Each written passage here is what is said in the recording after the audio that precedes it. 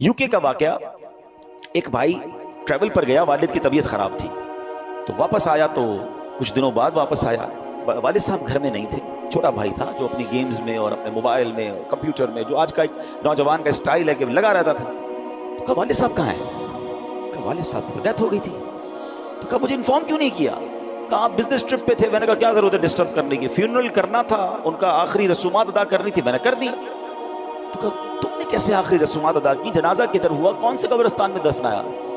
तो कहा जनाजा भी करना होता है। मैं तो गूगल पे गया, सर्च किया कि फ्यूनरल कैसे होता है, किसी का डेथ हो जाए तो how, what we have to do.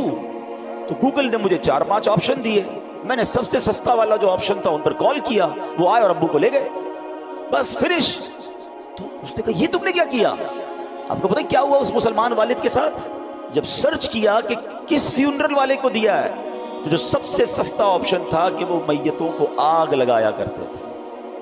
उसने ये नहीं, उसको ये पता भी नहीं था कि जनाजा कुछ होता है, उसको ये नहीं पता था गुस्ले मैयत होता है, उसको ये नहीं पता था कि जनाब कब्रिस्तान में दफन किया जाता है। मैं मुसलमान घराने की आपको वाकया सुना रहा हूं जो मैंने खुद जाकर सुना है। अब मुझे बताओ, इस बच्चे का कसूर तो था, मगर क्या वालिद का कसूर नहीं था? इसका मतलब वालिद किसी जनाजे में बेटे को लेकर नहीं गया होगा। उस वालिद ने मौत और कब्रिस्तान के बारे में, तदफीन और गुस्ल के बारे में नहीं बताया होगा। हर चीज बच्चों को दिला दी, मगर ना सिखाया तो दीन ना सिखाया। मैं और आप दुनिया से जाने वाले हैं, हम सब ने मरना है, और उस वालिद की किस्मत कितनी प्यारी होगी कि उसके मरने के बाद उसकी औलाद उसके लिए दुआए मगफिरत करे, उसके लिए इसाले सवाब करे। मगर ये सिखाएंगे तो करेंगे ना। हमारे बच्चे तो जिंदगी में हमारे सामने नमाज नहीं पढ़ रहे, हमें टेंशन नहीं है। मैं सच बताऊं आपको, जिंदगी में कुछ कर सके या ना कर सके, अपने बच्चों को किसी तरह 5 वक्त का नमाजी बना जाइएगा।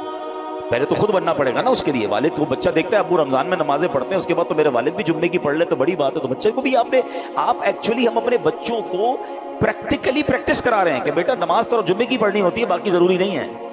तो आप सोचिए, हम खुद तो दीन से दूर कर रहे हैं, हमने घर में कौन सा माहौल बनाया है। वरना यकीन करें, खुश नसीब है वो वालिद, अगर उसकी औलाद नमाजी बन जाए ना, तो आप कहें ना कहें कि बेटा मरने के बाद दुआ करना, वो दिन में 5 बार बावुजू होकर किबला रू बैठकर अत्तहियात के आलम में कई बार क्या कहेगा?